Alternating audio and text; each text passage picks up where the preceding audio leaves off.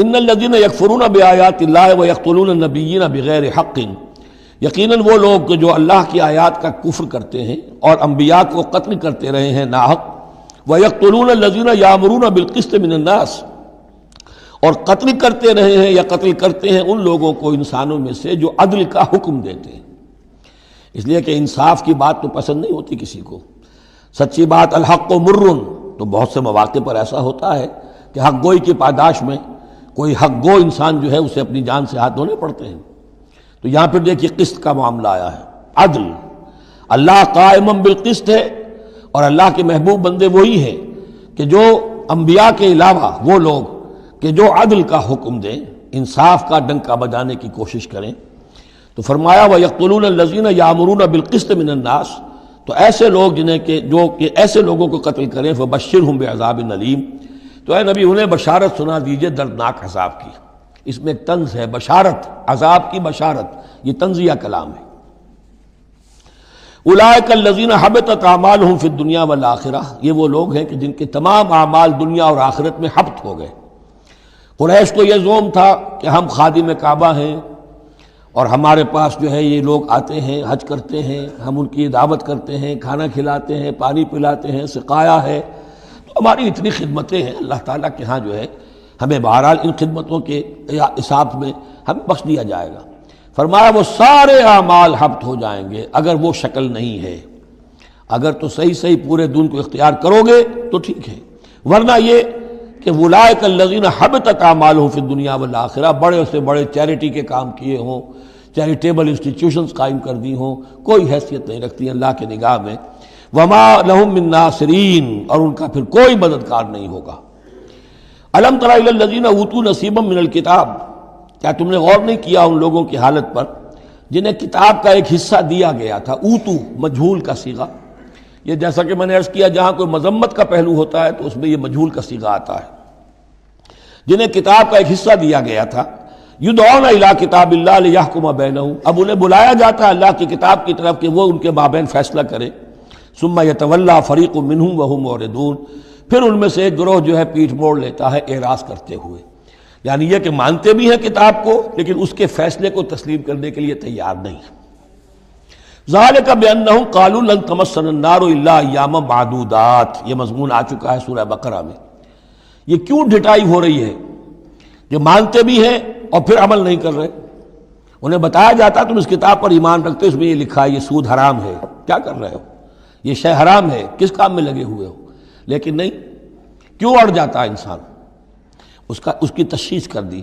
ذالک بانہم قالوا، یہ اس وجہ سے ہے کہ انہوں نے یہ عقیدہ گھڑ لیا ہے کہ لن تمسنا النار الا ایاما معدودات، ہمیں تو چھو ہی نہیں سکتی آگ جہنم کی مگر گنتی کے چند دن۔ جب یہ عقیدہ ہے تو پھر کاہے کو انسان دنیا کا نقصان برداشت کرے؟ بابر بے عیش کوش کے عالم دوبارہ نیست، حلال سے حرام سے جائز سے ناجائز سے جو بھی عیش حاصل کیا جا سکتا کرنا چاہیے، بخش تو دیا ہی جانا ہے۔ یہ عقیدہ ہے کہ جو در حقیقت ایمان بالآخرت کی نفی کر دیتا ہے۔ وَغَرَّهُمْ فِي دِينِهِمْ مَا كَانُوا يَفْتَرُونَ، اور انہیں دھوکے میں مبتلا کر دیا ہے ان کے دین نے، ان چیزوں نے دین کے معاملے میں دھوکے میں ڈال دیا جو انہوں نے افترا کر لیے، گھڑ لیے۔ اللہ نے تو کوئی ضمانت نہیں دی تھی، نہ لاؤ تورات لاؤ انجیل لاؤ، کہیں ضمانت نہیں ہے، یہ تو تمہارا من گھڑت عقیدہ ہے، اور اسی کی وجہ سے دین کے اندر تم اب بد دین یا بے دین ہو گئے ہو۔ فَكَيْفَ إِذَا جَمَعْنَاهُمْ لِيَوْمٍ لَا رَيْبَ فِيهِ، تو کیا حال ہوگا اس دن، اس وقت تو یہ بڑھ چڑھ کر باتیں بنا رہے ہیں، زبان درازیاں کر رہے ہیں، کیا ہوگا اس دن جب کہ ہم انہیں جمع کریں گے لِيَوْمٍ لَا رَيْبَ فِيهِ، اس دن جس دن کے بارے میں کوئی شک نہیں۔ وَوُفِّيَتْ كُلُّ نَفْسٍ مَا كَسَبَتْ، اور پھر ہر ذی نفس کو، ہر جان کو، ہر انسان کو پورا دے دیا جائے گا جو کچھ اس نے کمائی کی ہوگی۔ وَهُمْ لَا يُظْلَمُونَ، اور ان پر کوئی زیادتی نہیں ہوگی۔ اب اس کے بعد پھر ایک بڑی عظیم دعا آ رہی ہے۔ اس سورہ مبارکہ میں دعائیں بہت ہیں، یہ بھی بہت عظیم دعا ہے، اور یہ تو باقاعدہ تلقین کر کے کہا گیا ہے۔ کہیں تو ایسا ہوتا ہے لوگ ایسے دعا کرتے ہیں، یہاں ہے قل اللہم مالک الملک، کہو اے اللہ جو تمام بادشاہت کا مالک ہے، مالک الملک ہے، کل ملک اس کے اختیار میں ہے، تؤتی الملک من تشاء، تو حکومت اور اختیار دیتا ہے جس کو چاہتا ہے، وتنزع الملک ممن تشاء، اور سلطنت چھین لیتا ہے جس سے چاہتا ہے، وتعز من تشاء، اور تو عزت دیتا ہے جس کو چاہتا ہے، وتذل من تشاء، اور تو ذلیل کر دیتا ہے جس کو چاہے، بیدک الخیر، تیرے ہاتھ میں سب خوبی ہے۔ اس کے دونوں معنی ہیں، کل خیر، خوبی تیرے ہاتھ میں ہے، دوسرے کہ تیرے ہاتھ میں خیر ہی خیر ہے۔ بسا اوقات انسان جسے اپنے لیے شر سمجھ بیٹھتا ہے وہ بھی اس کے لیے خیر ہوتا ہے۔ آسان تحبوا شیئا وہو شر لکم وآسان تکرہوا شیئا وہو خیر لکم، انک علی کل شیء قدیر، یقیناً تو ہر چیز پر قادر ہے۔ تولج اللیل فی النہار، تو رات کو لے آتا ہے دن میں پرو کر، وتولج النہار فی اللیل، اور پھر دن کو نکال لاتا ہے رات میں سے پرو کر، وتخرج الحی من المیت، اور تو نکالتا ہے زندہ کو مردہ سے، وتخرج المیت من الحی، اور تو نکالتا ہے مردہ کو زندہ سے۔ اس کی بہترین مثال مرغی اور انڈا۔ مرغی میں جان نہیں ہے لیکن اسی میں سے چوزہ برآمد ہوتا ہے، زندہ ہے، اور وہ مرغی جو ہے وہی انڈا دے رہی ہے۔ تو گویا کہ اللہ تعالیٰ کے ہاں وہ چیز چل رہی ہے، تخرج الحی من المیت وتخرج المیت من الحی، وترزق من تشاء بغیر حساب، اور تو دیتا ہے جس کو چاہتا ہے بے حد و حساب۔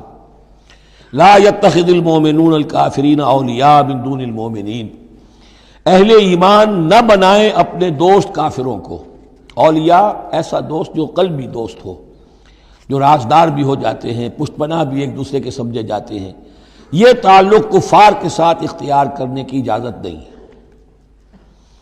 ایک اچھا رویہ ہو، ظاہری مدارات ہوں، آپ ان سے اچھے کلچرل طریقے پر بات کریں، تہذیب کے ساتھ، یہ اور بات ہے، لیکن دلی محبت، قلبی رشتہ، جذباتی تعلق، ان کی ایک ایسے باہمی مدد کا ایک رشتہ قائم کر لینا، پشت پناہ ہونے کا رشتہ بنا لینا، اس کی اجازت نہیں ہے۔ لا يتخذ المؤمنون الکافرین اولیاء من دون المؤمنین، اہل ایمان کو چھوڑ کر ان کے ساتھ یہ رشتہ قائم کرنا اللہ کو پسند نہیں۔ ومن یفعل ذلک فلیس من اللہ فی شیء، اور جو کوئی بھی یہ حرکت کرے گا پھر اس کا اللہ کے ہاں کوئی مقام نہیں ہوگا، کوئی رشتہ اللہ کا پھر اس کے ساتھ نہیں رہے گا۔ اللہ کے دشمنوں کے ساتھ تمہاری دوستی ہے تو ظاہر بات ہے کہ پھر اللہ کے ساتھ تمہارا کوئی تعلق نہیں رہا۔ الا ان تتقوا منہم تقاہ، سوائے یہ کہ تم ان سے بچاؤ کرنا چاہو، بچاؤ کے لیے۔ بعض اوقات ایسے حالات ہوتے ہیں کہ کھلے مقابلے کا بھی موقع نہیں ہے، تو آپ طرح دے رہے ہیں، آپ وقت جو ہے یو آر بائنگ ٹائم، تو اس میں کوئی ظاہری خاطر مدارات کا مسئلہ بھی ہو جائے تو کوئی حرج نہیں ہے، لیکن یہ کہ مستقل واقعی قلبی محبت قائم کر لینا یہ جائز نہیں ہے۔ ویسے یہ کہ اسی پھر آیت کے اسی الفاظ کو ہمارے ہاں اہل تشیع نے تقیہ کی جڑ بنا دیا ہے، لیکن انہوں نے اسے پہنچا دیا اس حد تک کہ جھوٹ بھی بولو، اپنے عقائد بھی چھپا لو، اور اس کے لیے دلیل یہاں سے لاتے ہیں۔ لیکن یہ بالکل ایک دوسری شکل ہے کہ یہ صرف ایک ظاہری مدارات کی حد تک، ایک حد تک، یہ نہیں کہ آپ جھوٹ بولنے پر آ جائیں اور آپ ایک چیز کو چھپانے پر آ جائیں، بس یہ ہے کہ آپ اس وقت تک، جیسے ہم پڑھ چکے ہیں سورہ بقرہ میں، کہ اگرچہ یہ یہودی جو ہیں ان کے دلوں کے اندر آگ بھری ہوئی ہے تمہارے خلاف، لیکن یہ فصفحوا فاعفوا واصفحوا، ابھی ذرا درگزر کرتے رہو، ابھی فوری طور پر ان کے ساتھ جو ہے معاملہ کوئی مقابلے وغیرہ کا شروع کرنا مناسب نہیں ہے۔ اس حد تک مصلحت بینی تو صحیح ہے، لیکن یہ نہیں کہ جھوٹ بولا جائے معاذ اللہ۔ وَيُحَذِّرُكُمُ اللَّهُ نَفْسَهُ، اور اس میں بھی اب اور نرمی کر دی، اللہ تمہیں ڈراتا ہے اپنے آپ سے، اللہ سے ڈرو، یعنی کسی اور سے ڈر کر خواہ صرف خاطر مدارات کر لینا بھی صحیح نہیں ہے، لیکن یہ کہ بہرحال ضرورت ہے، کسی وقت مصلحت ہے تو کرو، لیکن یہ کہ اصل تمہارے دل میں خوف اللہ کا رہنا چاہیے۔ وَإِلَى اللَّهِ الْمَصِيرُ، اور اللہ ہی کی طرف تمہیں لوٹ جانا ہے۔ قُلْ إِن تُخْفُوا مَا فِي صُدُورِكُمْ وَتُبْدُوهُ يَعْلَمُ اللَّهُ، یہ پھر وہی آیت آ گئی ہے جو سورہ بقرہ کے آخر میں آئی تھی، لِلَّهِ مَا فِي السَّمَاوَاتِ وَمَا فِي الْأَرْضِ وَإِن تُبْدُوا مَا فِي أَنفُسِكُمْ أَوْ تُخْفُوهُ يُحَاسِبْكُم بِهِ اللَّهُ، یہاں فرمایا قُلْ إِن تُخْفُوا مَا فِي صُدُورِكُمْ، کہہ دیجئے کہ اگر تم چھپاؤ جو کچھ کہ تمہارے سینوں میں ہے، أَوْ تُبْدُوهُ، یا تم اسے ظاہر کر دو، يَعْلَمُهُ اللَّهُ، اللہ تعالیٰ اس کو جانتا ہے۔ تمہارے ظاہر کرنے چھپانے سے اللہ سے کوئی تعلق نہیں ہے، ایک دوسرے سے چھپا سکتے ہو، ظاہر کر سکتے ہو، اللہ سے نہیں۔ وَيَعْلَمُ مَا فِي السَّمَاوَاتِ وَمَا فِي الْأَرْضِ، اور وہ جانتا ہے جو کچھ کے آسمانوں میں اور زمین میں ہے۔ وَاللَّهُ عَلَىٰ كُلِّ شَيْءٍ قَدِيرٌ، اور اللہ تعالیٰ ہر چیز پر قادر ہے۔ یوم تجد کل نفس ما عملت من خیر محضرا، اس دن کا تصور کرو جس دن ہر جان، ہر نفس موجود پائے گا، حاضر کیا ہوا پائے گا ہر وہ عمل جو اس نے کیا ہوگا۔ فَمَن يَعْمَلْ مِثْقَالَ ذَرَّةٍ خَيْرًا يَرَهُ وَمَن يَعْمَلْ مِثْقَالَ ذَرَّةٍ شَرًّا يَرَهُ يَوْمَ تَجِدُ كُلُّ نَفْسٍ مَّا عَمِلَتْ مِنْ خَيْرٍ مُحْضَرًا وَمَا عَمِلَتْ مِنْ سُوءٍ، جو نیکی کی ہوگی اسے بھی موجود پائے گا، اور جو بدی کمائی ہوگی وہ بھی موجود پائے گا۔ تود لو ان بینہا و بینہ امدا بعیدا، اور ہر جان یہ چاہے گی، ہر انسان یہ چاہے گا کہ کاش میرے اور میرے اعمال نامے کے درمیان بڑا فاصلہ آ جائے، میں اسے دیکھوں بھی نہ، میری نگاہ بھی اس پر نہ پڑے۔ وَيُحَذِّرُكُمُ اللَّهُ نَفْسَهُ، اور اللہ ڈرا رہا ہے تمہیں اپنے آپ سے، یعنی تقویٰ رکھنا ہے تو اس کا کرو، ڈرنا ہے تو اس سے ڈرو، خوف کھانا ہے تو اس سے کھاؤ۔ واللہ رؤوف بالعباد، اور اللہ تعالیٰ اپنے بندوں کے حق میں بہت شفیق ہے، یعنی یہ وارننگز تو اسی لیے دے رہا ہے کہ تمہاری عاقبت برباد نہ ہو، بار بار سمجھا رہا ہے۔ قُلْ إِن كُنتُمْ تُحِبُّونَ اللَّهَ، یہ آیت بہت معروف بھی ہے، مسلمانوں کو پسند بھی ہے۔ ہمارے ہاں جو وعظ ہوتے ہیں، تقاریر ہوتی ہیں، تو اس کے اندر بہت کثرت سے کوٹ ہوتی ہے، قُلْ إِن كُنتُمْ تُحِبُّونَ اللَّهَ فَاتَّبِعُونِي يُحْبِبْكُمُ اللَّهُ، اے نبی کہہ دیجئے کہ اگر تم لوگ چاہتے ہو کہ اللہ سے محبت کرو، اگر تم اللہ سے محبت کرتے ہو فَاتَّبِعُونِي، تو میری پیروی کرو، میرا اتباع کرو۔ یحببکم اللہ، اللہ تم سے محبت کرے گا، وَيَغْفِرْ لَكُمْ ذُنُوبَكُمْ، اور تمہارے گناہ بخش دے گا، وَاللَّهُ غَفُورٌ رَحِيمٌ، اور اللہ غفور الرحیم ہے۔